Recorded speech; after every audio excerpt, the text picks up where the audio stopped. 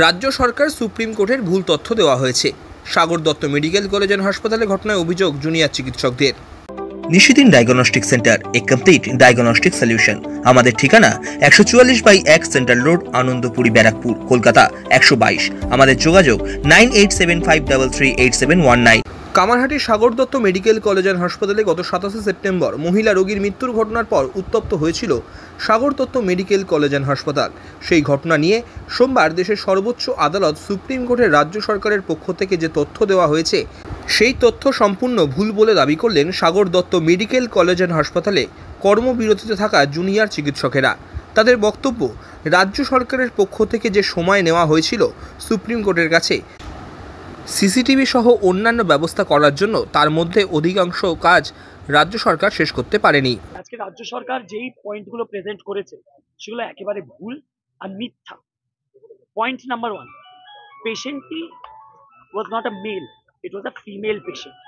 তো আমাদের উপর আরোপ তোলার আগে তাদের নিজের ফ্যাক্টস চেক করা উচিত ছিল।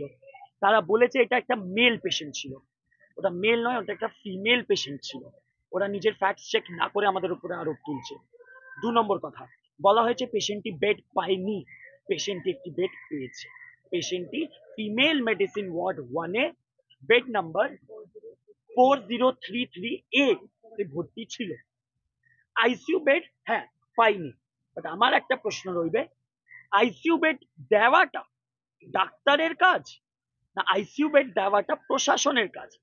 একটা হাসপাতালে কটি আইসিইউ বেড থাকবে সেটা প্রশাসন ডিসাইড করে, ডাক্তার ডিসাইড করে না সেটা। তারপরে ওনারা যে কথাটা বলেছেন যে পেশেন্ট কোনো ট্রিটমেন্ট পায়নি, এটাও একটা মিথ্যা। কারণ পেশেন্ট আসার পর 5 দিনের জ্বর, যার কোনো কারণ জানা নেই, সেই প্রোটোকল অনুযায়ী যা যা ওষুধ, যা যা ব্যবস্থা করার কথা সব জুনিয়র ডাক্তাররা যারা ডিউটিতে ছিল এবং সিস্টাররা করেছে। এই যে মিথ্যে কথা প্রসঙ্গটা তুলে রাজ্য সরকার আমাদেরকে ভিলেন সাজানোর চেষ্টা করছে, এইটার আমরা তীব্র ধিক্কার জানাই। তার সাথে আর একটা কথা জানিয়ে দিই, আর একটা মিথ্যা কথা আজকে বলা হয়েছে। রাজ্য সরকার বলেছে যে আমরা ডিউটি করছি না, আমরা আইপিডি করছি না।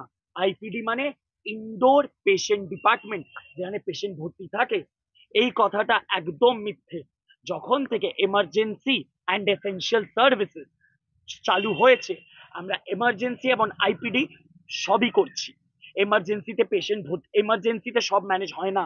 এমার্জেন্সিতে শুধু এমার্জেন্সি ড্রাগস দিয়ে এমার্জেন্সি ব্যবস্থা করে পেশেন্টের ফার্দার ট্রিটমেন্টের জন্য আইপিডিতেই ভর্তি করতে হয়।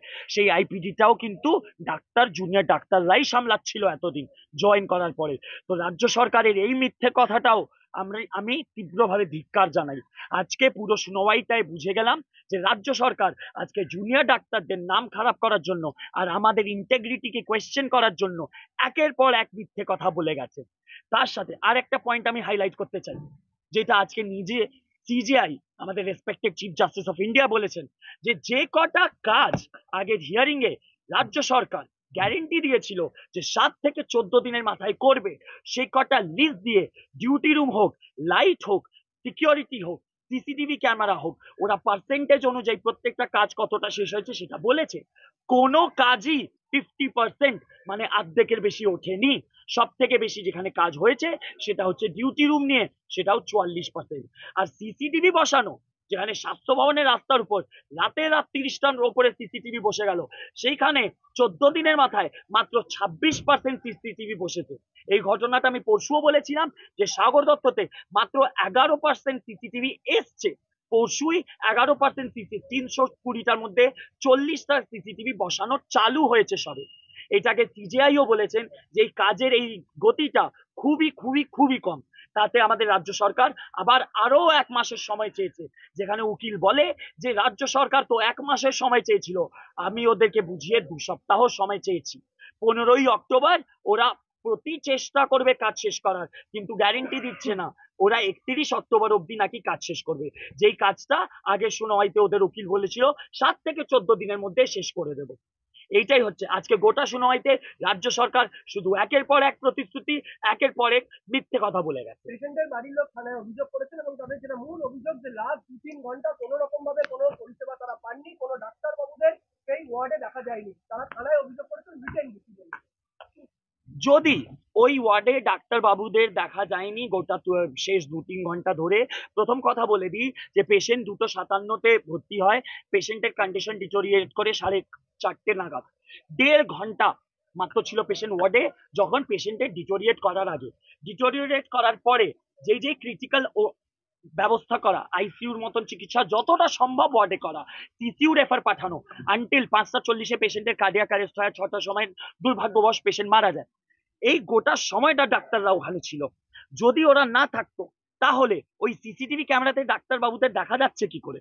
আর একটা কথা আমি এখানে বলে দিই, এখানে কিন্তু ডাক্তার আর পেশেন্ট ভার্সেস ন্যারেটিভটা যাতে না তৈরি হয়। একটা পেশেন্ট 29 বছরের মহিলা মারা গেছেন, বাড়ির লোকের রাগ দুঃখ থাকা স্বাভাবিক। অভিযোগ থাকতেই পারে যে ডাক্তাররা তাদের কাজ সঠিকভাবে করেনি, যে কারুর নামে অভিযোগ হতে পারে, কিন্তু অভিযোগ যদি কোনো ডাক্তারের নামে কারুর থাকে, সেই অভিযোগকে প্রকাশ করার একটা তারিকা আছে, একটা মেথড আছে। সাধ্যের মধ্যে স্বপ্নের ফ্ল্যাট খুঁজছেন? লাবণ্য গ্রুপের পক্ষ থেকে ব্যারাকপুর হরিসভা মন্দিরের নিকটে সোনাঝুরি আবাসন। থাকছে lift, top floor, set, 0% GST. এছাড়াও থাকছে ব্যাংক লোনের সুব্যবস্থা। ফ্ল্যাট বুকিং চলছে। আমাদের যোগাযোগ 7278200456।